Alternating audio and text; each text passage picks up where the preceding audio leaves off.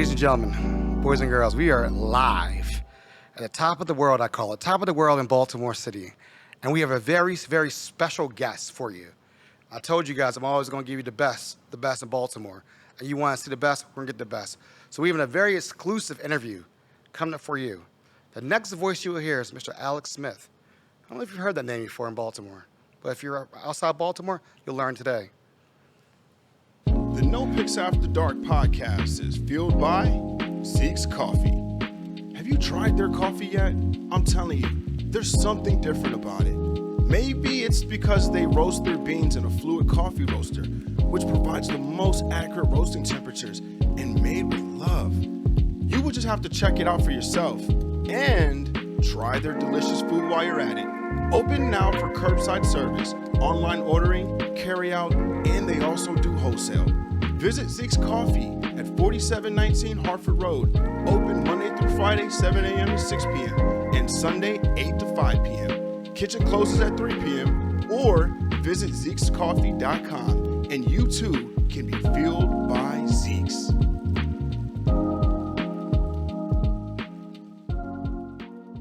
OpenWorks is Baltimore's largest makerspace, offering access to tools ranging from 3D printers to welder, and training in how to use them. OpenWorks also offers affordable studio space, a coffee shop, and fun-free events throughout the year. But OpenWorks is more than a public workshop. It's a community of creative professionals, students, seniors, entrepreneurs, and makers of all kinds. Check out the website at www.openworksbmore.org or Instagram at open_works_bmore for class schedules, membership options, and more. Welcome to the No Picks After Dark podcast. I am your host, Aaron Dante. Thank you guys for showing up today. Best of Baltimore 3 times, back to back to back. Thank you guys for listening. Thank you to all the readers, listeners. Thank you so much. Really appreciate you. Today we have a special guest, Mr. Alex Smith. How are you doing today? Hey, Aaron. How are you? Good, good. I'm glad we can make this happen. Thanks for having me. I'm glad we finally can make it happen. All right, so you're known in Baltimore. I have a lot of my listeners from Baltimore, D.C., Northern Virginia, Philly, D.C., everywhere. Those are my top spots. Tell people a little bit about you. You know, you are the CEO of Atlas Restaurants, correct? Yeah. Okay. Tell people what that is and who you are. Sure. We're a hospitality group based here in Baltimore, but we have some national locations. It's my brother and I. We're business partners, and basically I'm a hometown guy, and had a passion for food and beverage and the hospitality industry. And when I graduated college, I got into this.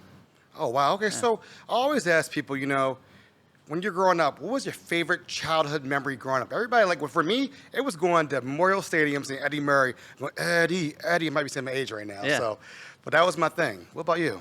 Look, I remember going to those games as a kid with my dad, and that was great too. It was an awesome time. Favorite childhood memory, probably just playing sports as a young guy, throwing the ball in the backyard with my dad, just hanging out with my family. Those are kind of my fondest memories of when you didn't have to worry about work and, building a company and all the responsibilities you have. And now I'm a dad, obviously, just like you. Right. And so, I was with my kids this weekend, and they're starting to get to that age where you can throw the ball in the backyard. So I think spending time with my mom and my dad in the backyard with my brothers, hanging out. That's great. Family is really a lot to me. My dad, he had 7 brothers and 3 sisters.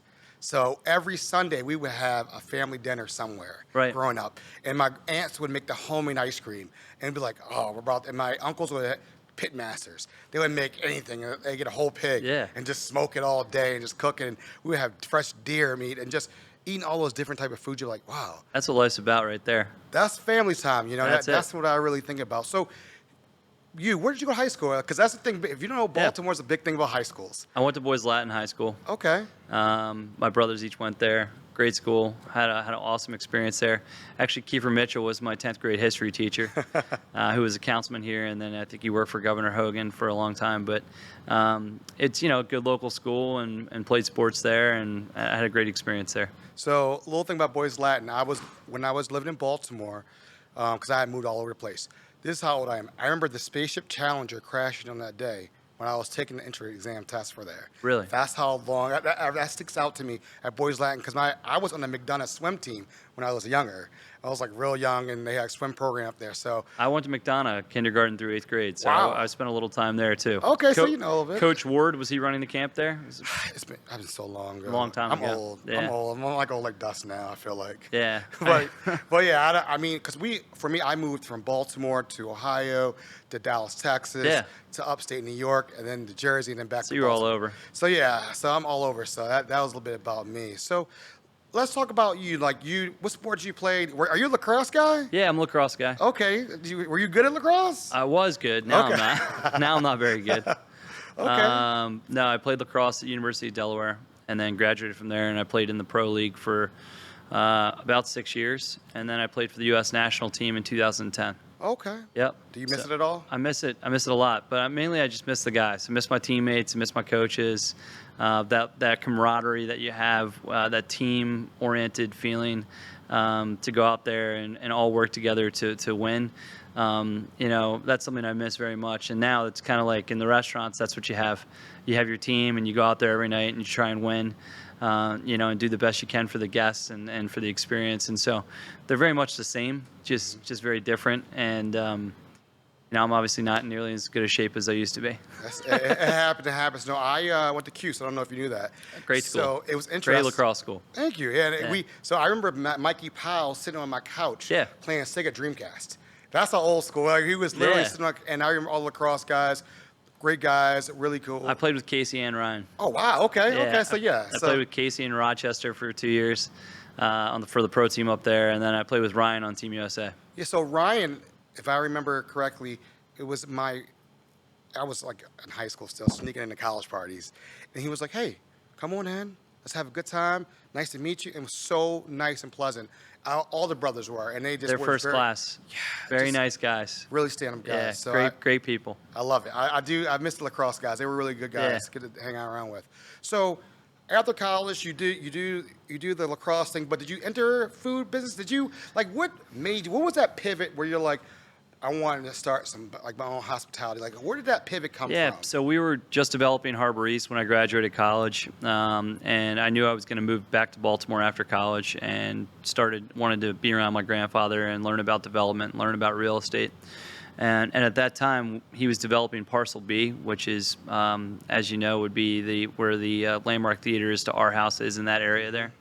And they were looking and searching for somebody to come in as an ice cream tenant to sell ice cream. And I said, what do I know about ice cream? But I said, there's got to be a good opportunity. It's right on the corner. It's next to the theater. Let me see if I can't go and make that happen. So I went to Minneapolis. I flew to Minneapolis. I was 20 years old and met with the people at häagen-dazs. And they're like, well, we've never done a franchise with a 20-year-old before. And to this day, I'm still a häagen-dazs franchisee. And that was my first business. Got it open, and I went right from school. I played in the Final Four against Hopkins lacrosse. And a week later, I was scooping ice cream in häagen-dazs. So it was that quick of a transition. But I'll tell you this: it was the franchise model is unbelievable. If you're a young entrepreneur, you want to start your own business, and you want to learn how to manage your own small business, manage people, do your own bookkeeping, and run a small shop. I highly recommend the franchise model if it's the right franchise. But I highly recommend the franchise model because I learned a lot. Would you say being an entrepreneur, was that something that you grew up around? Was that something where you saw family members be entrepreneurs? Was that something like that was ingrained in you already? Yeah, I mean, the way we were raised is we did a lot of different jobs when we were kids. And my grandfather was involved and dad in very many different businesses. And I was just always a really hard worker. So whatever I did, I just knew I was going to grind it out and make it happen. And that was whether I was in the restaurant business or real estate or, working on a farm and all the other things that I did as a kid. I just think back to that. But I enjoy working. I enjoy watching something in a starting process, middle of the process, and get to the end line and then look back and say, okay, we made a difference there and I accomplished something. The sense of accomplishment when you finish a task, I just always have enjoyed that. I guess I'm a serial entrepreneur, but I would say I'm a serial worker too. I like that. Folks, we'll be right back with these quick messages. We're going to talk about the restaurants in Baltimore, how this all came about. They're expanding all over. to Texas, Florida, and going to D.C. and maybe PA, Philly. Talk a little bit about that and talk about where do you see this company going forward, and how many people they employ in the city. Really, what happened during the pandemic. We'll talk a little bit about all this when we come right back with these messages. The No Picks After Dark podcast is proudly partnered with Maggie's Farm. Located at 4341 Hartford Road, Maggie's Farm offers a unique dining experience with delicious handcrafted cocktails and mouth-watering cuisine, from falafels to scallops and everyone's favorites, honey sriracha cauliflower wings. Open for dinner from 4 p.m. until 10 p.m., Tuesday through Saturday, and for brunch, Saturday from 11 a.m. to 3 p.m., and Sunday from 11 a.m. to 4 p.m. with delectable chicken and waffles, shrimp and grits, biscuits and gravy, and more. Check out Maggie's Farm on Instagram and Facebook for daily and weekly food specials. When you give to United Way, your gift could be the first spark of something bigger. It can help someone find, interview for, and get hired for a job, and provide follow-up services for success. It can break down educational barriers and give that extra help to a struggling student with in-school support programs. Give today. Spark something bigger. No Picks After Dark is sponsored by Snug Books, an independent bookstore serving Northeast Baltimore and beyond. In addition to featuring new books for all ages, the store also carries cards, stationery, gifts, games, and more. Visit snugbooks.com to shop online, learn more about the store, read our latest newsletter, and find a calendar of events, or come browse the store in person. Snug Books is located at 4717 Hartford Road, next to Zeke's Coffee in Hamilton, Laurelville. There is free parking behind the store, and opening hours are Tuesday through Sunday, 10 a.m. to 6 p.m.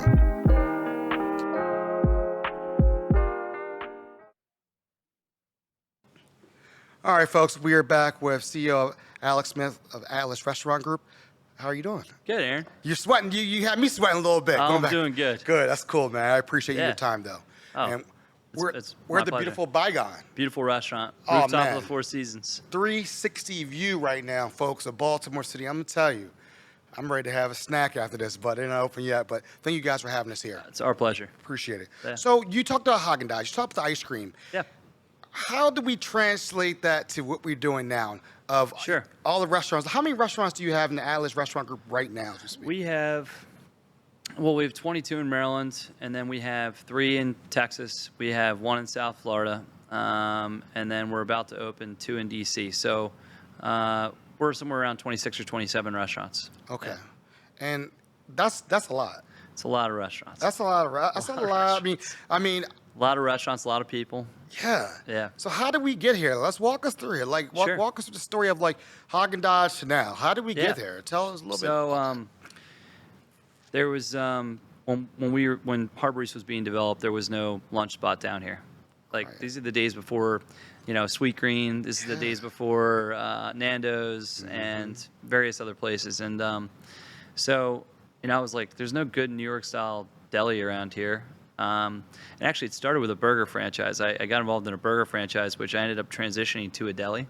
And I opened up Harbor East Deli. And so Harbor East Deli's been open since 2009. I opened the häagen-dazs in 2007. And I opened up the deli in 2009. And the deli's just done great. It's like a mini diner, sandwiches, pizza, cheesesteaks, salads, the whole 9 yards. But that was my second business. And so basically what I tried to do is I was looking at what are voids in not only the neighborhood, but the city. And how do I create businesses that are going to help drive traffic to Baltimore and drive traffic to the neighborhood and provide a service for the neighborhood and for the city? And so it was pretty self-explanatory. With all the employees down here at Deli, just made sense. And from day one, it did great. After that, there was they in the next to Charleston there was a restaurant space that sat vacant for many, many years. Nobody had ever gone in there. It was actually office space that they wanted to make restaurant space. That's where Ouzo Bay is now. Okay. And of course, I've got Greek heritage. My grandfather's Greek, my grandmother's Greek, and so I wanted to open up an upscale Greek restaurant. And what's interesting is that in Baltimore, all anybody knew was like Samos, which Right. by the way is great. I love those guys; they do a great job. But it's a different style of Greek than what we do. We're more like Milos and Kalari and some of these upscales, estiatorios, which is what they call like a upscale Greek fish concept. And so I went to New York, I went to Greece, I went all over, I went to Chicago, and looked at all these different Greek concepts, and then created our own, which is Ouzo Bay here for Baltimore. And it was a hit. I mean, you had people coming down from the county, you had people in the city enjoying it, and it just became this really popular restaurant. And so that took me basically from 1 to 3, and that was from 2007 to, I would say, 2012. And then 2014, I think, was the next one. That was Izumi. And what happened there is Michael Mina was operating the restaurants in the hotel, and the restaurants were not doing well at all. And he made the decision to vacate with Four Seasons. And I think Mina failed because he was a guy that was he understood how to run restaurants in tourist markets. He's in Miami, he's in Las Vegas. And I think what he failed to realize is that Baltimore is a locally driven market. If you don't have the local clientele coming to your restaurants in Baltimore, you can't make it. You have to have the people of Baltimore and the surrounding counties coming to your restaurant to make it. And so he vacated, but there was so many great things about that restaurant that I didn't want to have to change. Like, they had a beautiful sushi bar already. So I was like, all right, how can I remodel this and create my own Japanese concept? And that's what we did, and we created Izumi. And then soon after that, he had already left the coffee shop. We ended up doing a lock bar where LaMilla is. So we've done a great job of finding opportunities in the marketplace. And we felt that Japanese needed to be in the marketplace. I mean, other than Raw Sushi and a few other smaller places, there's not a lot of plethora of Japanese restaurants in the marketplace. Lock Bar, we were kind of forced into an oyster bar, and the reason is because the space is so small. There was really not much we could do there from a fine dining restaurant, and we knew the raw bar had to be a big component of that to be able to execute it properly. So Izumi and Lock Bar came about, and all of a sudden now we went from a smaller group, and now we had 2 more restaurants, and then right about the same time, my cousin had opened and my uncle had opened Fleet Street Kitchen and 1010 and Bagby Pizza. I had nothing to do with those businesses. And they were struggling over there, not doing well. And I got a call from him one day, and he said, hey, look, I've decided to close these places, and they're going to market them for lease. Do you want to lease them?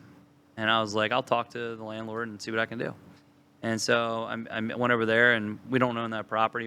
That's a workshop development. And we made a deal, and we ended up leasing those places and creating Atlas Quarter there, which is now Tagliata, the Elk Room, Italian Disco, and Monarch. You have the 4 restaurants operating there. And so really what we did was we found second-generation stores where we didn't have to invest a ton of capital to expand our footprint in Baltimore, and then also create really new and unique concepts to the area. And then by 2017, 2018, we had 8 or 9 restaurants in the area.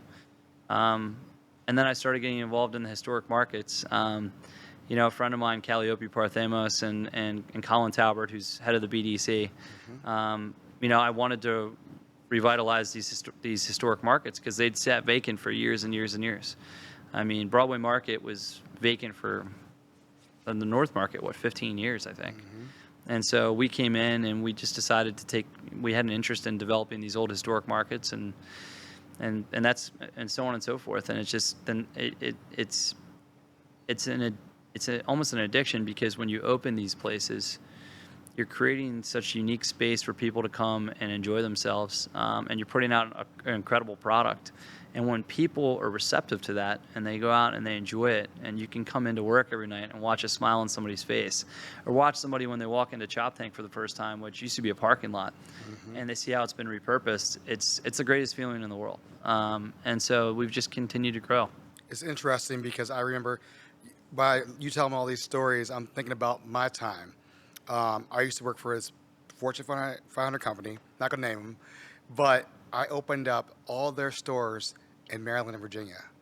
And that was the thing. It was like training, I came in, training development, training the staff, got everybody up to incredible customer service, open it up, boom. I lived in Baltimore, but had lived on a road for 2.5 years. Yeah. And just that addiction, it is like, It is. And to see opening day when people came into the store, they were like, oh my God, I can't believe, like, this is amazing. And Yeah.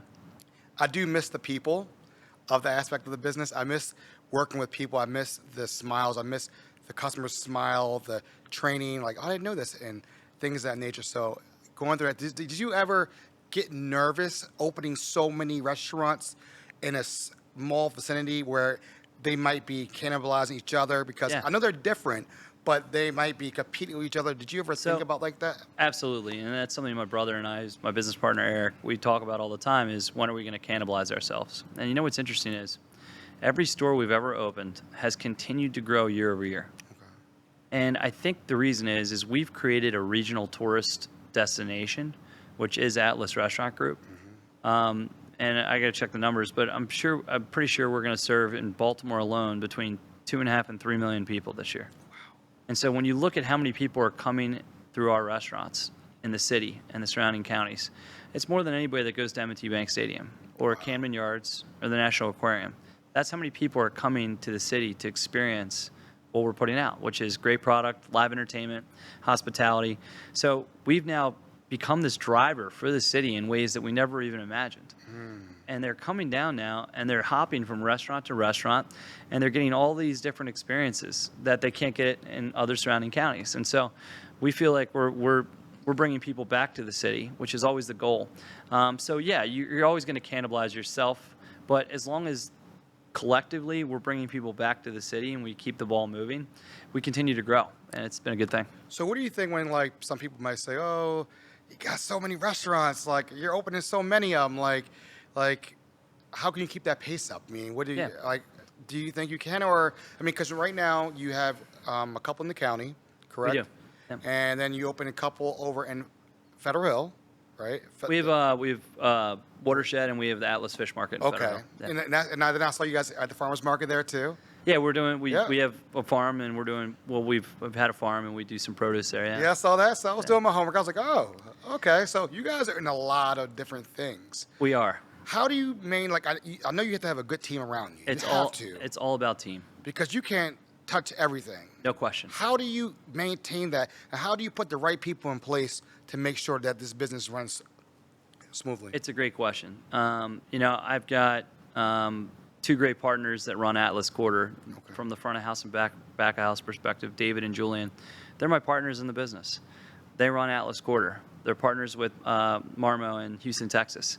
Brian McCormick, who's our CEO, he's my right hand. He's partners in various businesses with us.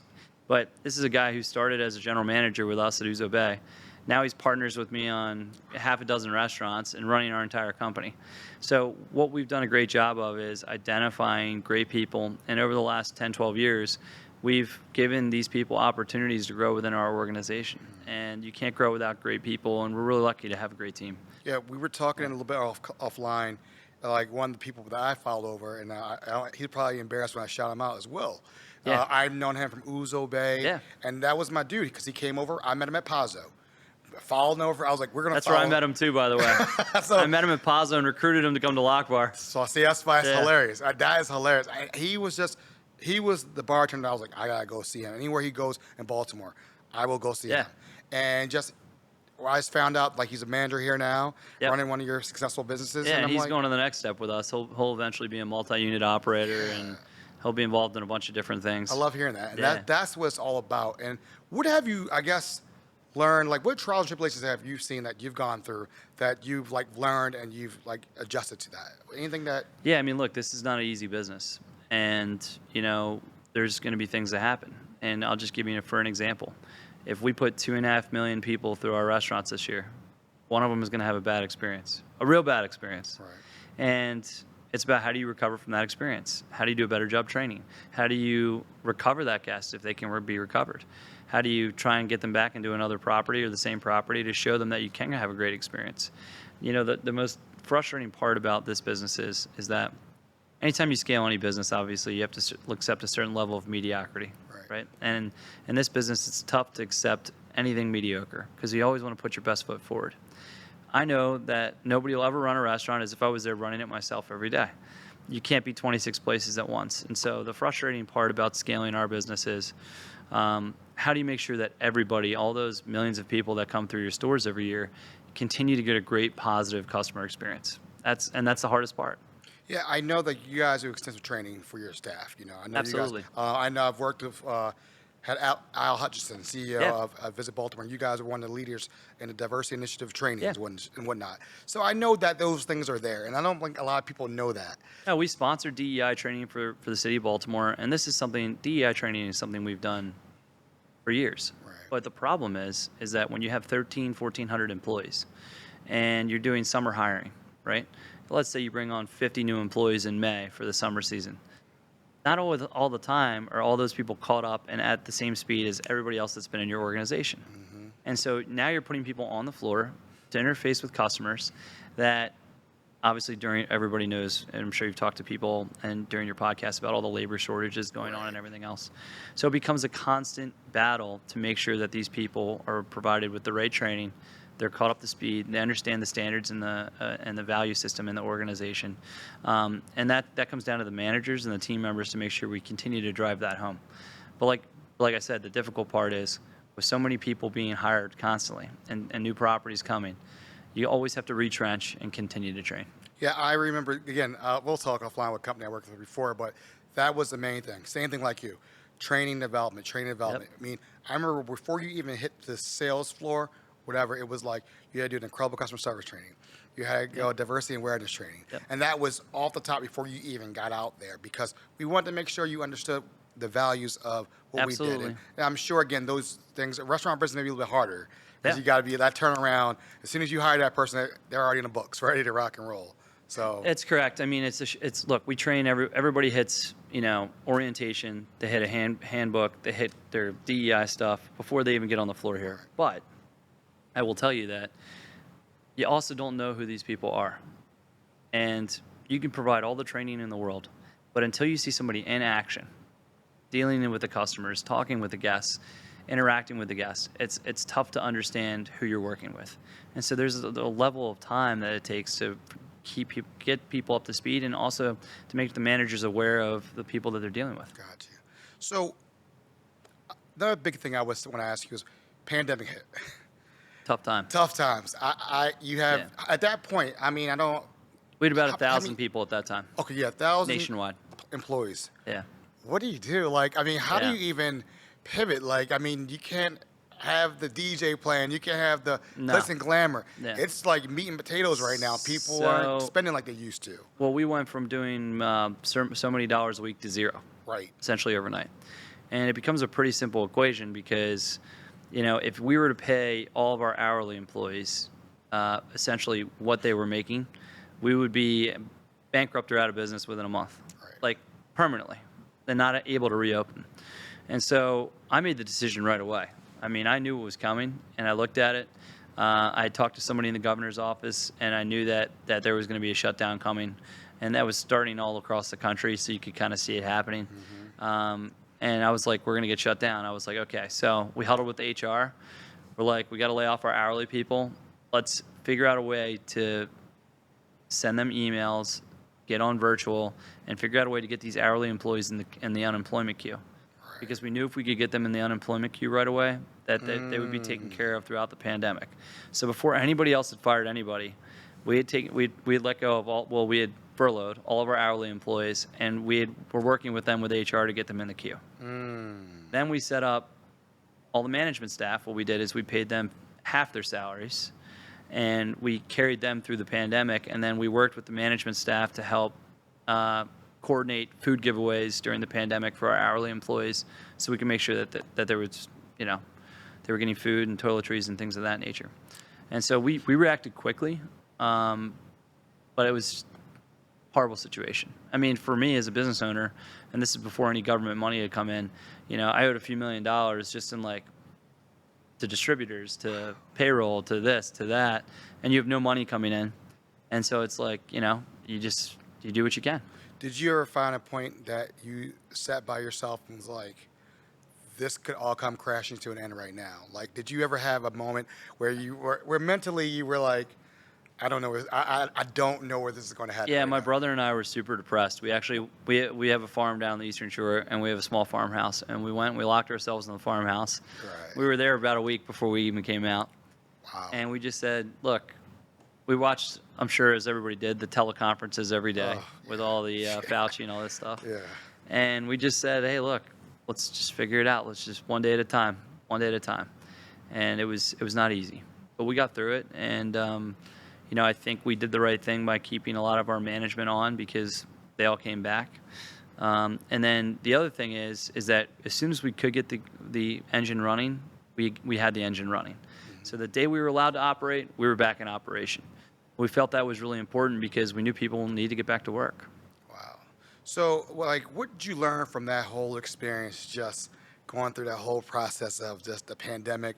We're finally at the endemic. I don't know where we are at this point. Yeah. I just live at this point. But what did you learn most about yourself? What did you learn? Because everybody had a moment of clarity during that time. I told people, if you're an entrepreneur right now, this is the best time to learn and figure things out because you have time. My podcast exploded during that time because people had time to sit down. They had nowhere to go. What did you learn about yourself looking back at that time period? I learned I'm fortunate. I feel like I'm very fortunate because it could have been worse. Imagine that COVID, the death rate of COVID wasn't 0.1% of 1%. Let's say it was a couple percent. Mm-hmm. How do you get back to normal from that? And where would we be as a country? And so I know a lot of people lost their lives and it was a terrible thing, but I feel like it could have gone way worse because this was something that was killing 10 times the amount of people. I don't know where you go from here. That's the scary thing. So I feel like I was fortunate, but I'm a relentless guy. I never give up. And, I knew that I was going to get through it and I just kept grinding. And I feel like that the businesses that were run right and run properly before the pandemic came out of it stronger.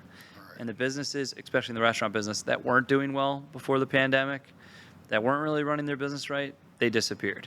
And so all the guys I know in the area that are great operators all came out of it stronger. And so, I think there was some separation in the pack, and that was just part of the deal.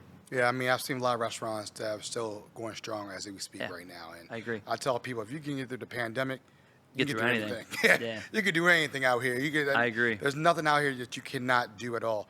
Just so, I don't want to hold you up. I know we've talked a lot. We've covered so many great things. So you just opened up a new spot in Annapolis, Chop 10, correct? We did, yeah. How did that go? Oh, man, it's unbelievable. Okay. We're doing great there, yeah. And DC, can we talk about that a little bit? Yeah, sure. DC, we're opening in November. We're opening an oyster bar, very similar to Lock Bar, called Parlor Victoria. It's on the corner of K and 11th, attached to the Moxie Hotel in an old historic Victorian building. It's beautiful. And then we're doing a rooftop restaurant there, which is going to be, it's going to be a Mexican restaurant.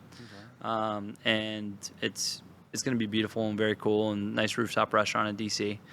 So we're excited. We'll have two restaurants open in DC. The first will open in November, the second in probably January. Great. And where'd you get your slogan from? I always wanted to know. Where'd you get the slogan, "The City Needs It"? City Needs It? Yeah, where'd that slogan come from? So it's I'm always funny. curious. I actually I stole it from a couple of my chefs. At Ouzo Bay, there was a couple chefs, and one of them, Scott Esselrode, he's still with me. And when we used to bring all this specialty product in, whether it was turbo or Dover sole or all these unique looking fish, the guys in the back in the kitchen, when they used to get it, they used to be like, "City needs it." And it just caught on. Right. And then managers started saying it, then other chefs started saying it. And then Joe and I were like, we should just make that our tagline. And so we just started saying it. But basically what it has to do with is we're coming up with all this unbelievable product, whether it's we're flying bluefin tuna in for Izumi, whether it's just the oyster program at Lock Bar, or some of these Wagyu that we have, Miyazaki at Monarch, but all these specialty products that you can't get anywhere else. And so City needs it. What would you say, you got all these people listening, watching on YouTube, what do you want them to take away from this interview with me? What do you want them to walk away with? Come support us. We're great for the city. We hire a lot of people. We're putting out an unbelievable product. We're investing in local entertainment. We're doing something that nobody in the city is doing, and I think we're unique. But what we're trying to do is we're trying to change the tide and the idea of what Baltimore is. And this is, forget the national stuff. National stuff's very important to me, but this city, what it needs is hope, and it needs just a little bit of life pushed into it. And if you come out to our places on Friday and Saturday night or Wednesday night or whenever it is, you're going to get an experience here that you can't get anywhere else in Baltimore. And we want people to come in and have that experience. We want people in the city to come and enjoy that experience, talk about it. But we can change the narrative of Baltimore and the idea of what this city is about. And that's what we're doing, and that's what we're investing in. What if somebody's listening and watching right now, they've never been here? They've never been here, they've never had any of your food, you've never tried any of the product. What restaurant would you recommend them to go to? I know you got several. Oh, man. For me, and I'm not putting You're you asking me to pick one of my children. So for me, I would say Ouzo Bay. That's my grilled calamari spot. I can't go wrong. I mean, I can't go wrong with that. Ouzo was my first restaurant. I love Ouzo. Right. So. But look, I could go through each one and tell you what's special about each one. But I would tell you that, don't make me do that. No, you don't have to. No, you don't have. You don't have. Well, give it. All right. How about a name off bygone? What is the first thing that comes to your mind? The view. Okay. And not to take away from the food or the beverage program here or the entertainment or anything else, but there is no view like this in the city when you come to this rooftop and you get off the elevator and you can literally see all downtown. You can get a great view of Port Covington, the Key Bridge, Fort McHenry. You see it all. I mean, it's just incredible. Watershed. Ravens games, rooftop. I mean, historic market. I love Watershed's rooftop. Azumi, sushi. Easy. Ouzo Beach. Look, Mediterranean vibe. Little DJ, have a glass of rosé. I put in that bluestone patio with the wide grout in there, so you feel like you're in Greece. Okay, I just named a couple. I didn't want to name all. Yeah, no, you're good. But we'll name a couple. But I do a little thing called speed round at the end. I ask everybody these questions, and it's always fun. Learn a little bit. So we're gonna start with chicken wings, okay? Yeah. Flats or drums? Ooh, flats. Blue cheese or ranch? Ranch. Ranch, not blue cheese. Love ranch. Oh, come on, ranch. Come on, blue cheese. I'm not against crumble blue cheese. I'm not against blue cheese. Okay. But I'm a ranch guy. Okay, all right. Crabs or crab cakes? Crabs. Good, all right, I like that. Snowballs or ice cream? Come on, that's a hard one. That's a tough one right there. Egg custard snowball. Snowballs. Snowballs. Summer or winter? Summer. Okay. And what is the best advice you've ever received? The best advice I've ever received, I would say the most true advice I've ever received is relentless hard work beats all. It's not about the degree. It's not about your education. If you're willing to roll up your sleeves and do the work, you can be great at anything. Mr. Alex Smith, I thank you for coming on No Pixar Dark Podcast. Where can we find you guys? I know you probably don't have all the tags, but where can they go on social media to find out the restaurants, what nights they're open? Is it the Atlas Restaurant Group? Instagram, Facebook, any one of our individual restaurants you can look at, Google. Now, you're probably gonna laugh. But I'm gonna ask you this: are you on TikTok yet? I'm not on TikTok. Does that mean I'm old? Yeah. Oh man. Come on, you're not on TikTok. I'm not on TikTok. I don't have a TikTok. I was the other day. They were talking about how now younger generations, they don't go on Google. They go on TikTok and find things out. You can search on TikTok? Yeah. How do you cook food? How do you cook this? It's all on TikTok. Really? It's a weird thing. I'm gonna stay away from that. I'm gonna stick to Instagram and Facebook and Twitter. I learned TikTok during the pandemic. It was a lot of days at home. Like, what am I gonna do? Oh my gosh. So, but I try not to too much. But yeah, no, I'm not on TikTok. But again, thank you for your My time. pleasure, Thank Aaron. you for the staff. And thank you for coming and doing this. Appreciate it. Hey, I appreciate Joe, the gatekeeper over there. What's up, brother? I see you over there. Thank you so much. But thank you for doing this. Hopefully, you can do this again. We talked offline, and hopefully, we can do something with the other spots opening up and just keep the communication. I really think this is a really good spot for people to come and tour in town when they come in town and whatnot. And, thank you so much for your time. Hey, thanks for your time, Aaron. Love, peace, we're out.